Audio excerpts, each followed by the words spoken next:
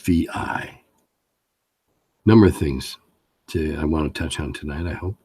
First off, unannounced on the table of contents or what to expect here, a quick report on the game that I talked about last time, 878 Vikings Invasions of England. My buddies and I played it the other night, and it was amazing. They loved it. We can't wait to play it again. The only drawback is it's a 4-player game, and there's 5 or 6 of us most every other Wednesdays when we play. It's by Academy Games. Uwe Feist is a guy that started the company, and it's apparent that his quality levels for his games match those of his books and illustrations that I was previously familiar with. Excellent stuff. All right, that's a little freebie for tonight. Great game. Look for it. Really good. I've even ordered the extra new scenarios so we can keep playing it again and again. All right, tonight we got a bunch of things to talk about. I'm going to refer to notes again because I'm getting some great questions. All right, let's start with something that. All right, first off, some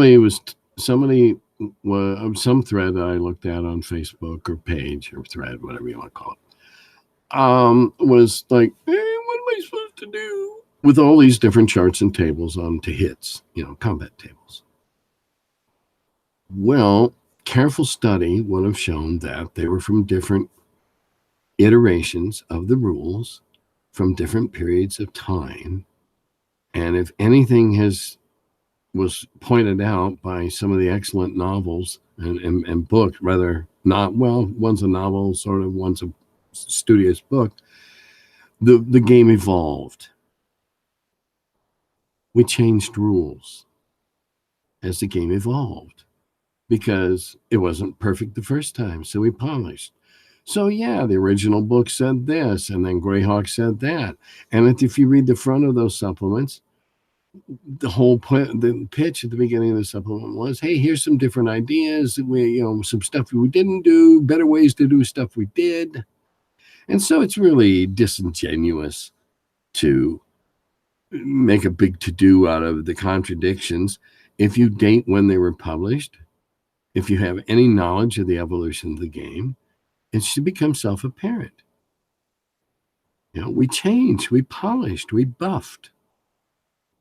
Now, going hand in hand with this topic is an interesting one that I got about charts and tables, and how for a young gamer getting a DMG for the first time and looking at all those charts and tables could be both fascinating, exciting, or very daunting. And I was asked, how do we come up for all these different charts and tables? Every different class had their own. Well, the thing that's very important to remember is that D&D, Dungeons and Dragons, arose out of miniatures play. Miniatures rules are nothing if not charts and tables. It's what we have to have, us miniatures players. We have to have this chart and that chart. We have to have movement. Every troop type has to have a different movement rate, depending upon the scale, etc. But there are lots of differences, so each has to be charted differently. And that's where all those wonderful charts and tables they sprang from, miniatures. And okay, clerics had this chart and table, and they had that chart and table, and Turning Undead had this chart and table. But it was certainly the easiest visual representation of the concepts that we were trying to express. So it was a graphic aid. It was a visual aid. Hey, here it is. You can see, just by the way this curve works on this chart, just how really important, how really powerful, high-level clerics are. Because look at this. Man, by this, they're turning everything just looking at them, getting nasty and sticking out their tongue. So charts became eye candy, but they were also very, very necessary because we were trying to get across and weave together so many different concepts that people were unfamiliar with that we had to make it as easy as possible. Okay, look over here on this chart. What'd you roll? Okay, you missed. This comes straight out of miniatures. It comes out of, to a limited extent, out of board games. board games had a CRT, combat results table. Now, in the early days, it was a six-sider, and everything was based on odds, 1-to-1, 1-to-2, 3-to-1, whatever. And that was the chart or the line that you rolled on the CRT. Then we got CRTs that are a little more complicated. They would cross-reference a target with a firing unit, etc., and go from there. The first person I know that broke away from the shackles of the D6 and the CRT, the first game that I'm aware of, and there may be another, was Mike Carr, when he, as a high school student, I think he was a high schooler, designed Fight in the Skies and developed a percentage table based on rolling dice, six-siders. And it's astonishingly accurate. None of the results is more than I don't believe more than a percentage point off, or maybe not even three quarters. Astonishingly accurate, and certainly accurate enough to satisfy the guys that were playing it. Nobody's going to argue for a percent, 1.5% that wasn't there. So he got away, and that game had lots of charts and tables because it was cross-referencing. So depending upon the game, depending upon what aspect of the game you're dealing with, charts and tables are necessary. They're fast, quick reference. The guys at Kenzer, Hackmaster, has a hilarious Dungeon Master's screen. It's just table and chart after table and chart, everything you could possibly want. Flip it up, turn it sideways. There's even one there on if you can't decide, just roll dice and we'll see what kind of pizza you order. Tongue-in-cheek, perhaps, but useful. That's where charts and tables come from. I can understand where you. I can understand it as a young gamer being excited by that. And this now ties into a third topic that was brought up to me, and that was the evolution of charts and tables.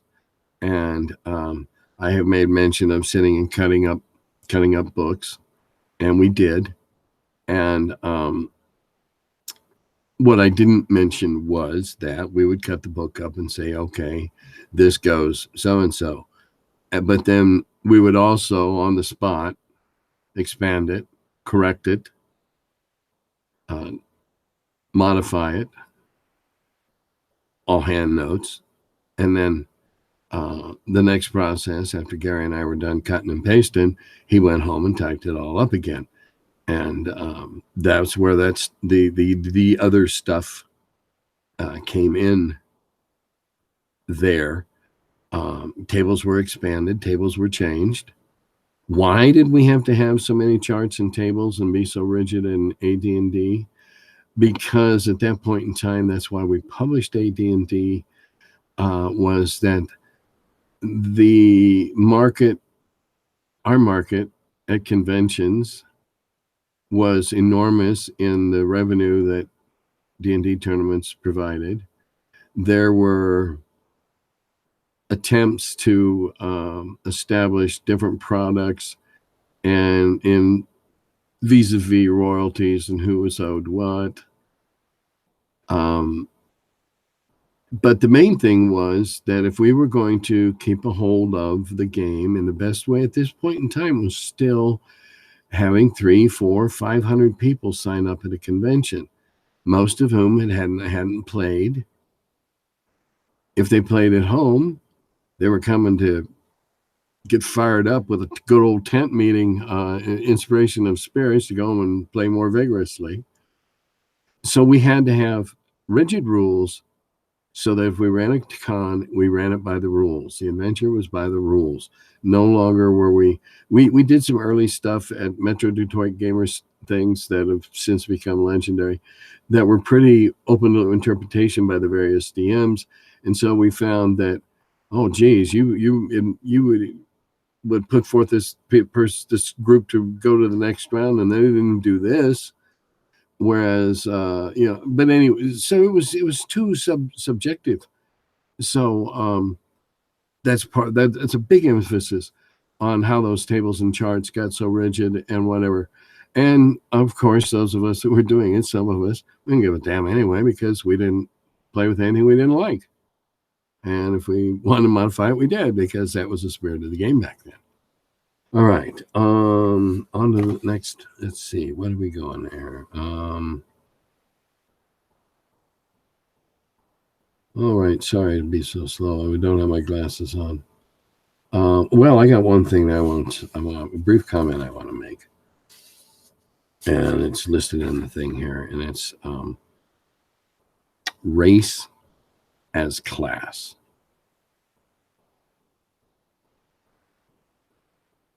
I really don't know who came up with that deformed idea.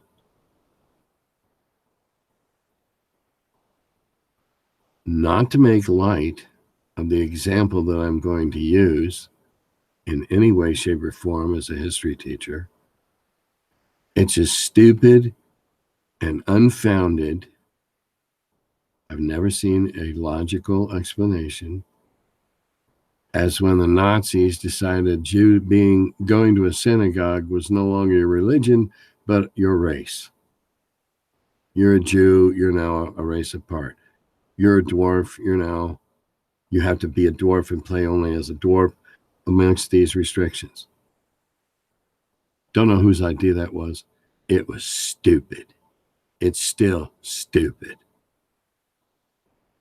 Back in the beginning, I know sometimes this sounds like an old song.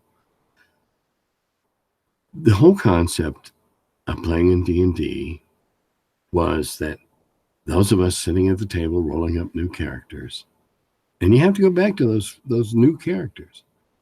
We were a step ahead, head above the masses.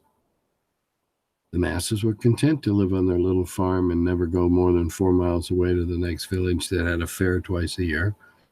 We were the ones that were bored, seeking adventure, knew there was something better out there. And so therefore we were level ones and everybody else were zeros.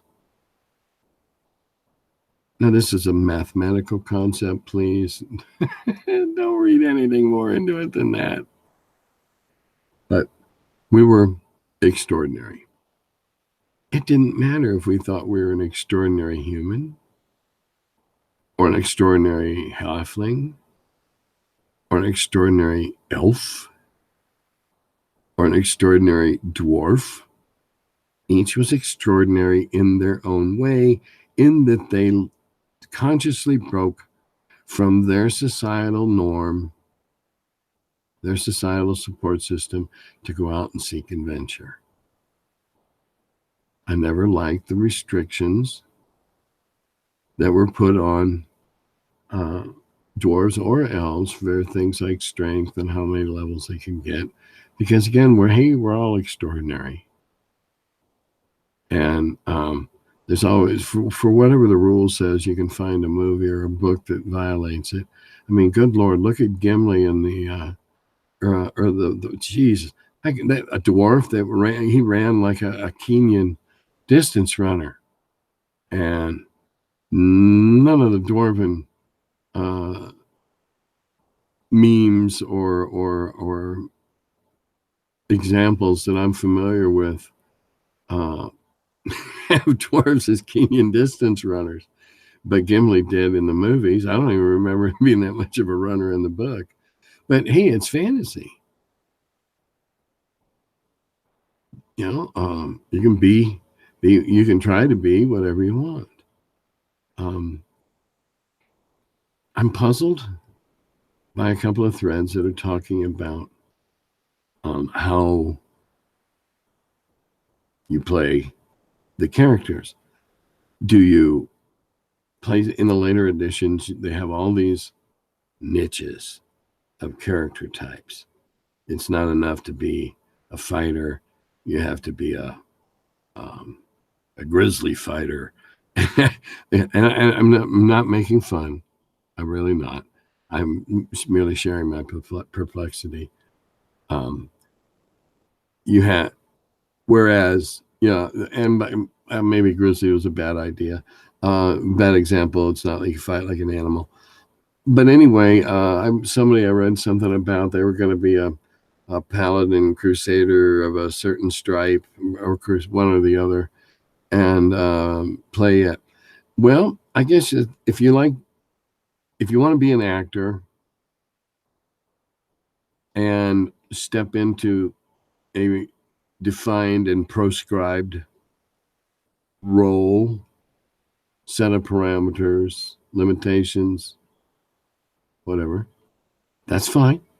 That's certainly role playing. And if that's your bag, I'm not here to criticize it. Way back in the misty beginnings of time of role playing, we had a few, hey, I'm a fighter, I'm a cleric, I'm a thief, I'm a magic user. We didn't have I'm an Acadian magic user of the sixth sept of Buglu, the snake eater, and therefore have to, a set of prescribed things I had to do and behaviors I had to have. It was kind of like, all right, we'll see how this all develops. I'm a big yokel from a boring village, and I'm out having a good time. And as I do adventures in that, I'll kind of find my way and decide what I'm going to be, and find a weapon I favor, and maybe seek extra training so I'm good with an axe, or whatever. But we kind of half let it fall where they may to see what happened with the new characters we developed, and half steered them to what we thought we might like to do with them. We weren't so rigidly bound by parameters of so many of the subtypes of characters now. I guess it's, if you, to use the acting analogy again, if you're happy with, if you like to just memorize the lines and then deliver them as well as you can, okay, that's one type of acting. If you want to feel yourself get in, to the role and just play it as it rolls and whatever, that's another type. And not everybody can do both types. I'm struggling here trying to open my flavored water. That's why I'm grimacing. Sorry about that. I'm not losing a wrestling match with a giant constrictor around my legs. I don't think he's out yet. So I'm puzzled by that, and I don't really know how to advise on it, or because I've been asked. We always just kind of let it see how it happened, and your character is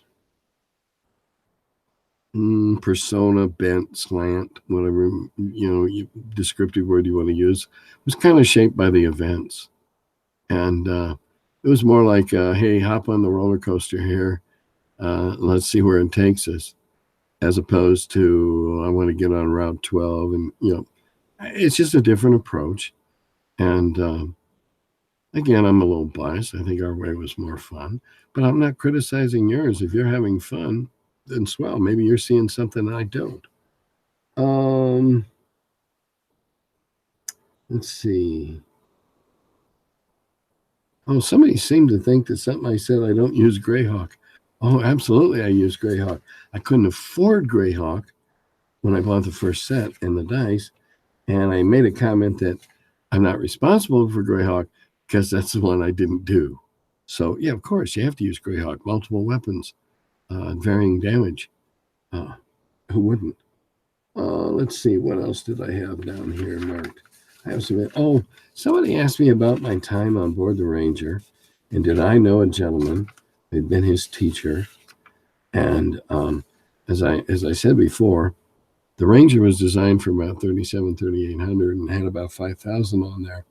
And the only ones I ever got to know were the ones in my squadron, and not all of them, because there were too many, and I was in one division, and there were 3 other divisions in the squadron, and a few guys on board the ship's company that I had to interact with.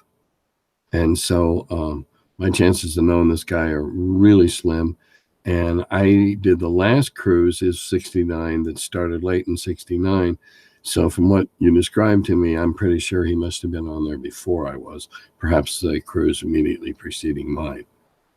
So no, I'm sorry, I don't know the guy. And the odds of my having known him and remembered him, because Sunday I do turn 69, the odds of remembering him are about as good as me going out and buying that lotto ticket that some 20-year-old took the lump sum of $280 million. Talk about having life on a platter. Let's see. Okay, we talked about that.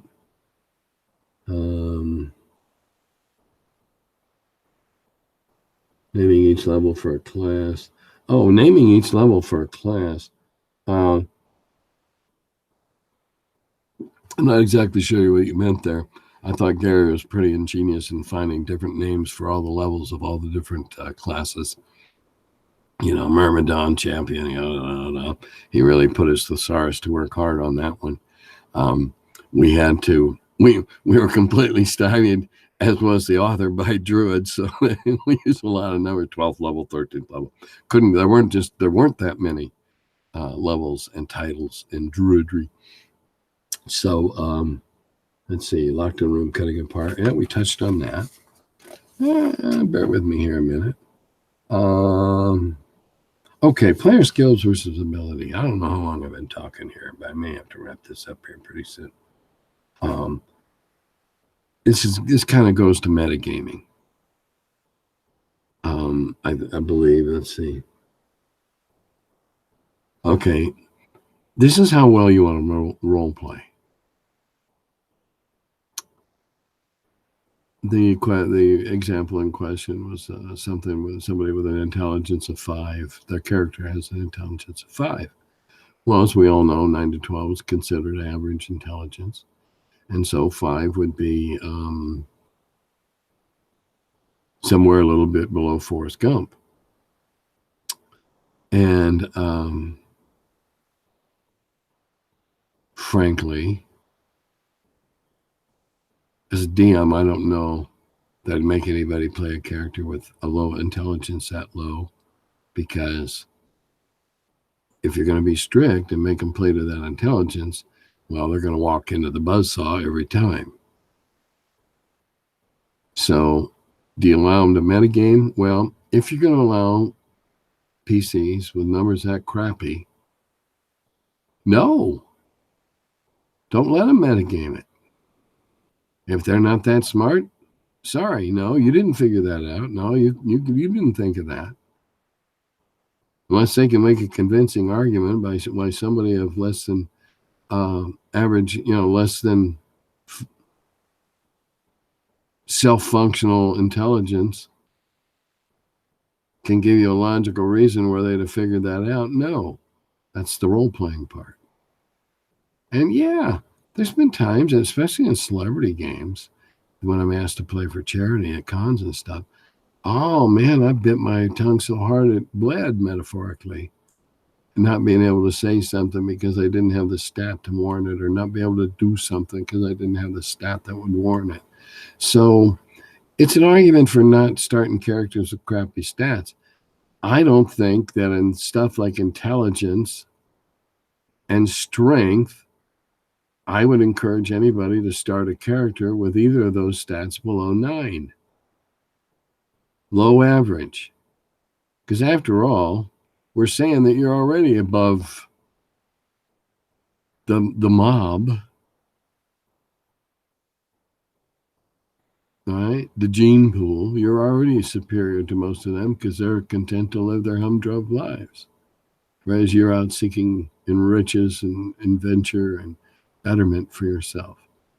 So, yeah, I guess that's why they call it role playing. Is it easy? Good Lord, no. But Dustin Hoffman did it in Rain Man. Granted, none of us are Dustin Hoffman, but there is the example of trying to play the character with what you got. Now, I'd have no problem letting a character start out with a crappy dex or even a crappy constitution. But strength and intelligence, I'd look real long and hard at. Certainly no worse than an 8. Certainly no worse than a Forrest Gump. But hey, that's just me. Let's see. Oh, 2 quick questions answered. My playtest campaign at Carbondale was called the Qualishar campaign, named after Qualish, which is a pen name that a nom de plume that I wrote under a couple of times in old strategic reviews and early Dragons, I think. You'll have to look that one up. Omar Qualish is how I wrote him. He was the evil wizard genius behind all this that was rumored to be perhaps still alive, but anyway, it was all his evil doings that they were tracking down and rectifying and stuff. I had a whole very old insurance man's leather satchel, the kind that zipped all the way open with 2 handles, that had all my old notes and sketches and everything. And I auctioned them all off for charity several years ago to a man, a friend of mine ended up buying them. And I won't identify him. That's not for me to. But I was okay with it. What was I going to do with them? Not realizing that, if I blow my nose on it, it's worth $5 today. But that's all right. I have no regrets. My charity got the money, and I'm happy with it. And the guy who got the stuff is happy with it. Let's see what else. Somebody asked me about Gary being a Jehovah's Witness because I mentioned that. Yes, he was when he hired me. The only thing I know a couple of things about the Jehovah's Witnesses. They didn't salute the flag or say the pledge. They didn't observe most of the holidays or religious holidays that a lot of the Christians do. And the part of their belief system that I think had the most deleterious effect on Gary and his health was their beliefs about blood and not ever taking transfusions from other people. And